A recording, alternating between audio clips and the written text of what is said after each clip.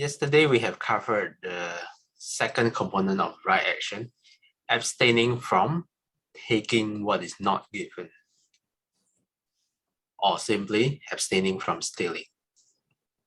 Today, we are going to dive deeper into the third component of right action, also the last component of the right action, abstaining from sexual misconduct. Kamesu Michachara Veramani. He avoids sexual misconduct and abstains from it. He has no intercourse with such persons as are still under the protection of father, mother, brother, sister, or relatives, nor with married women, nor with female convicts, nor, lastly, with betrothed girls. So what is exactly a betrothed girl? Let's ask Google.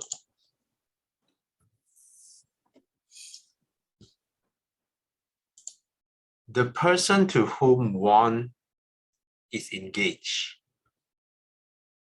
Betrothed. Betrothed. It's not betrothed. Betrothed. Betrothed. Okay, so engaged women, engaged girls. Interestingly, female convicts. So let's define again convicts. So a person convicted of and under sentence for a crime. Interesting. So people who are convicted, who are officially convicted, is also under the category of someone we should not have intercourse with. And I imagine this should apply with male as well, not just female. Yeah. All of this, married women, female convicts, betrothed girls, it should apply to men as well. Yeah. Okay, let's dive deeper to the next paragraph. Who would like to read? How about Jolene?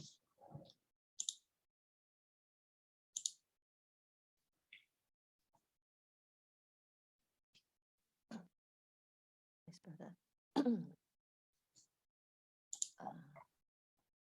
The guiding purposes of this precept from the ethical standpoint are to protect marital relationships from outside disruption and to promote trust and fidelity within the marital union.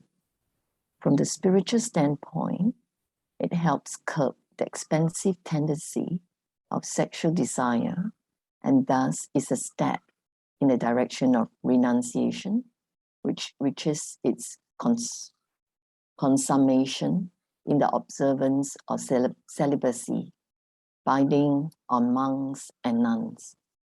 But for lay people, the precept enjoins abstaining from sexual relationships with an illicit partner. The primary transgression is entering into a full sexual union, but all other sexual involvements of a less complete kind may be considered secondary infringements. Thanks, Jolene. Your brother.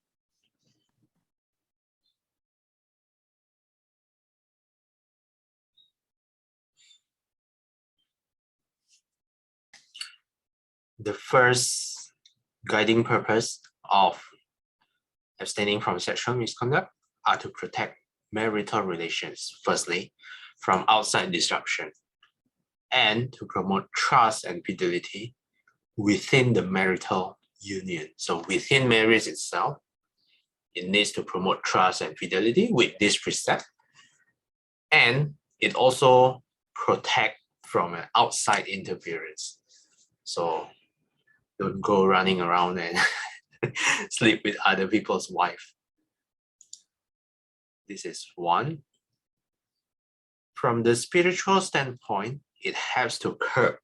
Curb means to stop or to slow. But let's ask Google. what is exactly curb? The first definition, restrain or keep in check. Yeah, restrain, hold back, keep back.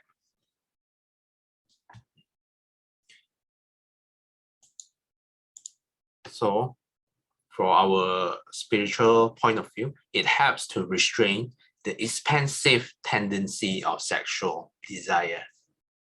So let's say expansive,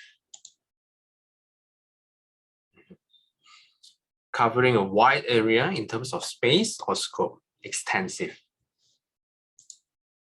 So it helps to restrain, it helps to hold back the tendency of sexual desire, and thus is a step in the direction of renunciation, which reaches its consummation in the observance of celibacy, brahmacharya, binding on monks and nuns. So all the monastics should observe celibacy. So here, let's define consummation. The first definition is the action of making a marriage or relationship complete by having sexual intercourse. But I don't think we use this definition in the context of the paragraph. We use the second definition. The point at which something is complete or finalized. Okay. So this precept helps us direct us towards the finalization, the consummation, in the observance of celibacy. Bindings on monks and nuns, in case we become monks and nuns later. But also, if some of you on some days observe the 8 precepts, this is also binding on us, at least for that day. And also, if some of you go to a retreat, usually all of us also observe the 8 precepts. For lay people, these precepts enjoins abstaining from sexual relations with an illicit partner. So let's define again illicit here. Forbidden by law, rules, or custom. Illicit. Illicit. So for us, the precept enjoins, let's define enjoins here.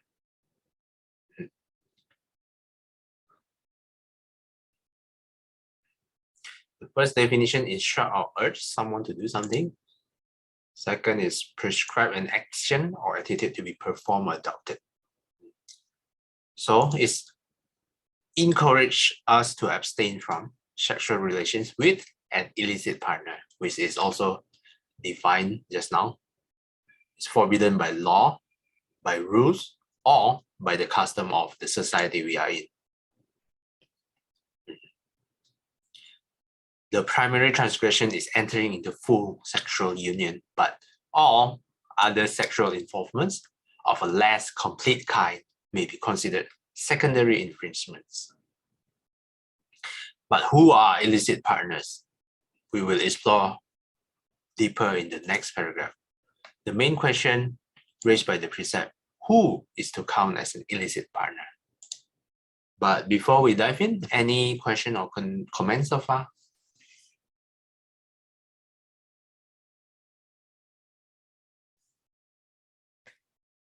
Okay, so if not, then let's continue. This one.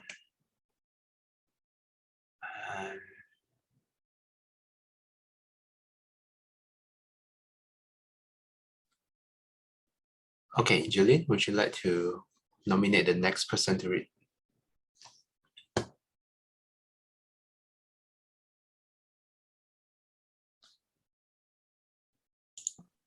Sister Shomi, like to read the next paragraph. Okay. The main question raised by the precept concerns who is to count as an illicit partner. The Buddha's statement defines the illicit partner from the perspective of the man, but later treatises elaborate the matter for both sexes. For a man, 3 kinds of women are considered illicit partners. A woman who is married to another man, This includes, besides a woman already married to a man, a woman who is not his legal wife, but is generally recognized as his consort, who lives with him or is kept by him or is some way acknowledged as his partner. All these women are illicit partners for men other than their own husbands. This class would also include a woman engaged to another man, but a widow or divorced woman is not out of bounds, provided she is not excluded for other reasons. Okay, thanks, Romy. Yeah, this is like I mentioned earlier, even though the sutta only define illicit partner from the perspective of the man, later treatises elaborate the matter for both sections. So it applies for both men and women. Okay, so let's explore the first type of illicit partner. A woman who is married to another man. This includes, besides a woman already married to a man, a woman who is not his legal wife, but is generally recognized as his consort. So what is consort?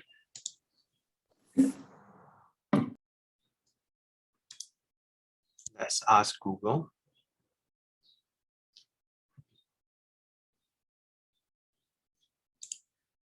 The first definition, a wife, husband, or companion, in particular, the spouse of a reigning monarch.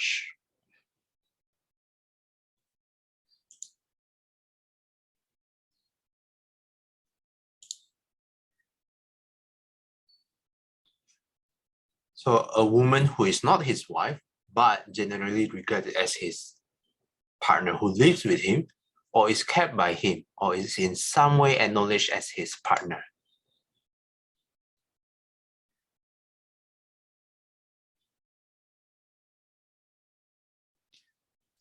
Do you guys know what this means? Consort. Is this like a xiao san kind of thing, mistress? I'm not totally sure for this line. Sorry, why is your no? I think consort just means a partner, whether by marriage or by law, common law, in most of our instances. So yes, xiao san is included because in some countries it is considered common law wife. Okay. Yeah.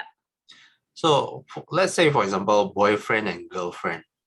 Would this be included under this line?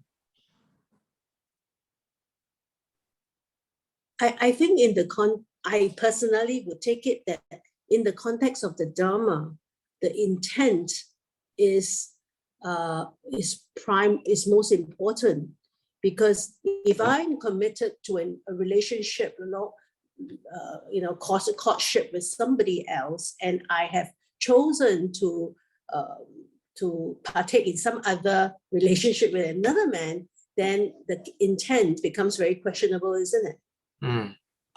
So, that's how I would interpret it from a Dharma perspective, but not definitely the law will be a lot narrower, and of course we won't get into trouble. Yeah. So in this context, it's more like cheating. When you are already committed to one relationship, you are having another partner. Okay. Thanks, Romy. How about others? Any opinion on this? I think for the girlfriend and boyfriend that you mentioned, right? The key point, I think, should be whether they live together. That means whether they are already having sexual relationship with one another, like what Shomi said, already committed to the other party. So like those girlfriend and boyfriend, that live separately, that means they don't have that type of commitment, then I would say it's not included, right?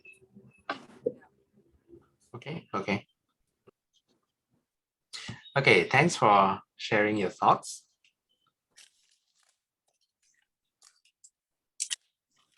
Okay, so the next line is says that all these women are considered as illicit partners or men other than their own husbands. This also include a woman engaged to another man. But a widow or divorced woman is not out of bounds, provided she is not excluded for other reasons. So this is the first type of illicit partners. The second type, Xiaomei, would you like to nominate a person to read?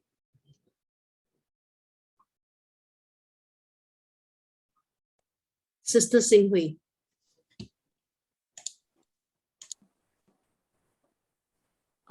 Two, a woman still under protection. This is a girl or woman who is under the protection of her mother, father, relatives, or others rightfully entitled to be her guardians. This provision rules out elopements or secret marriages contrary to the wishes of the protected party. Of the protecting party. So elopements.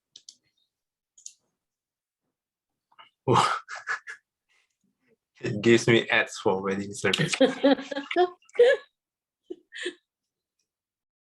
Okay. Elopements, an act or instance of running or secretly as to be married. So it's exactly this definition here. Secret marriages, contrary to the wishes of the protecting party. So this is something like, I think, when the parents want their kids to have a certain partner, but the kids refuses. They prefer to have their own partner. It's like an arranged marriage, but they refuses to have that. So they have to elope. They have to run away and have secret marriages. So this precept does not include this kind of elopement or secret marriages, contrary to the wishes of the protecting party. So in this case, the protecting party is the family, the parents. A woman still under protection.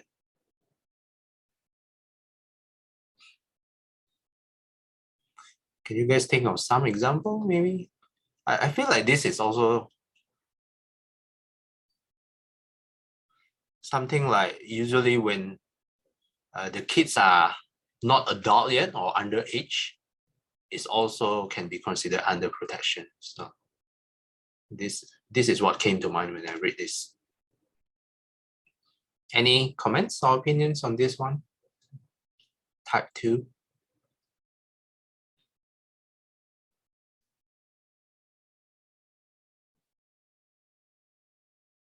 Okay, if not, then let's go to the third one. Xinghui, would you like to nominate a person to read?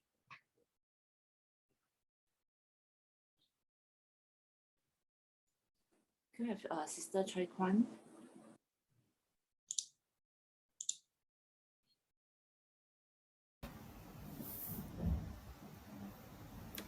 A woman prohibited by convention. This includes close female relatives forbidden as partners by social tradition, nuns and other women under a vow of celibacy, and those prohibited as partners by the law of the land. Okay. Thanks, Choi Kwan. So this is by convention. Includes close female relatives. So this one includes our cousins and nephews. Have you heard of people who marry their cousins, nephews? There probably are, but probably somewhere you usually read in the news or watch in the movies. Nuns, this is obvious. Other women under a vow of celibacy, and those prohibited as partners by the law of the land. Yeah, law of the land in the context is Singapore law in our context.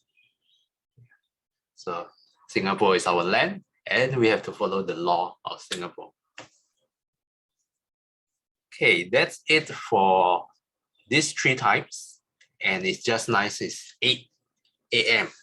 Any comments or questions before we wrap up for this portion? The first part of abstaining from sexual misconduct. So let's see, tomorrow we will cover the rest. Yep. So if no questions and comment, let's do dedications. 厌消三障诸烦恼，厌得智慧真明了，普愿罪障悉消除，世世常行菩萨道。阿弥陀佛。Till we meet again, may we be guided by the Buddha, the Dhamma, and the Sangha, and have a wonderful Wednesday ahead. See you guys again. Thanks for participating. Thank you, everybody. Bye-bye. Thank you. Yeah. Thank you. Everybody. Thank you, brother. Thank you, everybody.